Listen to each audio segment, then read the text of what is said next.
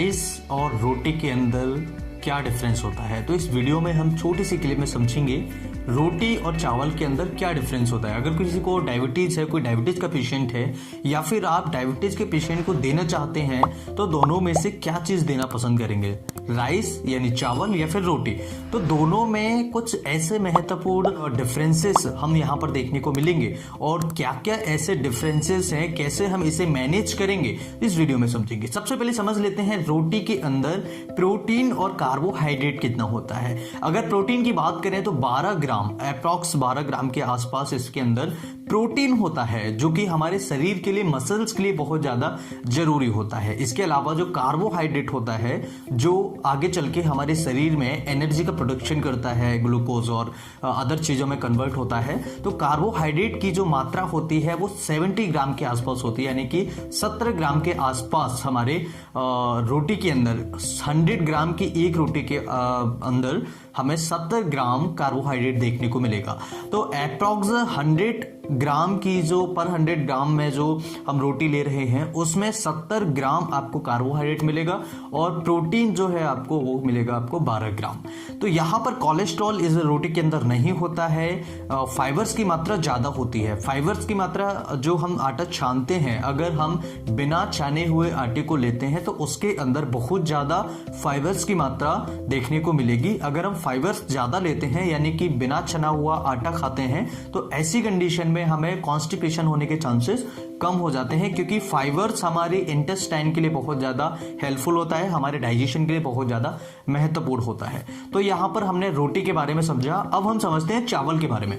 चावल के बारे में यानी कि चावल के अंदर प्रोटीन कितना है, कार्बोहाइड्रेट कितना है, कोलेस्ट्रॉल कितना है या फिर अदर चीजें कितनी है। तो आमतौर पर जब हम कार्बोहाइड्रेट को लेते हैं, यानी कि स्पेशली चावल की बात करें, तो आप आमतौर पर आपने सुना होगा चावल के अंदर कार्बोहाइड्रेट ज्यादा पाया जाता है। तो कार्बोहाइड्रेट की मात्रा इसके अंदर कितनी है, प्रोटीन की मात्रा इसके अंदर कितनी है और KCl कितना है। तो यहां पर टोटल जो एनर्जी हमें दोनों में से मिल रही है वो किसमें कितनी ज्यादा है। तो कार्बोहाइड्रेट की बात कर रहे हैं चावल के अंदर, जिसके लिए ये चावल बहुत ज्यादा फेमस होता है कि कार्बोहाइड्रेट की मात्रा ज्यादा मिलती है, जिससे हम मोटे हो जाते हैं या शरीर हमारा फूलता है, ऐसा आमतौर पर आप सभी सुनते हैं। तो यहाँ पर कंपेयर कर रहे हैं हम रोटी से। कार्बोहाइड्रेट की अगर बात करें तो 78 ग्राम, यानी कि रोटी से थोड़ा सा ज्यादा, 7-8 के आसपास, ये थोड़ा सा ज्यादा हमें रोटी से ज्यादा मिलेगा चावल के अंदर कार्बोहाइड्रेट। अगर हम प्रोटीन की बात करें तो प्रोटीन में ये रोटी से कम होता है, क्योंकि रोटी के अंदर जो प्रोटीन थी वो 12 ग्राम थी और चावल के अंदर जो प्रोटीन होता है वो होता है हमारा 6.8, यानी कि 7 ग्राम के आसपास। तो यहाँ पर प्रोटीन चावल के अंदर कम देखने को मिलता है और कार्बोहाइड्रेट में ये रोटी से ज्यादा है। और रोटी, अगर हम प्रोटीन की बात करें तो रोटी प्रोटीन में बहुत ज्यादा है चावल की बजाय। अब यहाँ पर KCl की बात करते हैं, यानी कि दोनों में कितनी एनर्जी हमें देखने को मिल रही है। टोटल बात करेंगे कि KCl हमें कितना मिलेगा यहाँ दोनों के अंदर। अगर चावल की बात करें तो ये 345 KCl हमें मिलेगा पर 100 ग्राम में, और अगर हम रोटी की बात करें तो यहाँ पर 341 KCl मिलेगा पर 100 ग्राम में। तो यहाँ पर दोनों में ज़्यादा कोई अंतर नहीं है, लेकिन कार्बोहाइड्रेट और जो हमारा प्रोटीन है उनके अंदर दोनों में ही अंतर है। प्रोटीन की अगर बात करें तो रोटी में ज़्यादा होता है और अगर कार्बोहाइड्रेट की बात करें तो आपका चावल में ज़्यादा होता है। तो डायबिटीज़ के जो पेशेंट्स होते हैं उनको चावल कम खाने की सलाह देते हैं। उसका कारण यही होता है क्योंकि उसके अंदर कार्बोहाइड्रेट की मात्रा ज़्यादा होती है। और रोटी का जो सेटअप होता है, रोटी के अंदर जो प्रोटीन होती है वो ज़्यादा होती है, फाइबर्स भी ज़्यादा होता है, और इसके अंदर चावल के अंदर फाइबर्स कम होता है। अगर हम चावल को पॉलिश कर लें तो उसके बाद भी फाइबर्स की मात्रा उसके अंदर कम हो जाती है।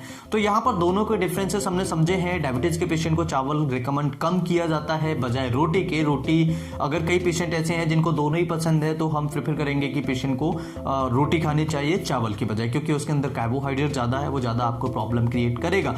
अगर विशेष नोट्स में अगर हम समझें एक महत्वपूर्ण जानकारी कि किसी पेशेंट को मान लीजिए कार्बोहाइड्रेट की मात्रा ज़्यादा दे दी जाए या वो ज़्यादा कार्बोहाइड्रेट ले रहा है, तो ऐसी कंडीशन में अगर हम फाइबर्स की मात्रा उसको ज़्यादा कर दें, जैसे कि हरी पत्तेदार सब्जियां हैं या फिर जो फाइबर्स जिनके अंदर जिन चीज़ों के अंदर ज़्यादा होता है, वो चीज़ें अगर पेशेंट को ज़्यादा खिलाएंगे तो कार्बोहाइड्रेट का एब्जॉर्प्शन जो होता है वो थोड़ा थोड़ा कम हो जाता है, जिसकी वजह से उस पेशेंट को उतना ज़्यादा असर नहीं करेगा कार्बोहाइड्रेट जितना पहले करेगा।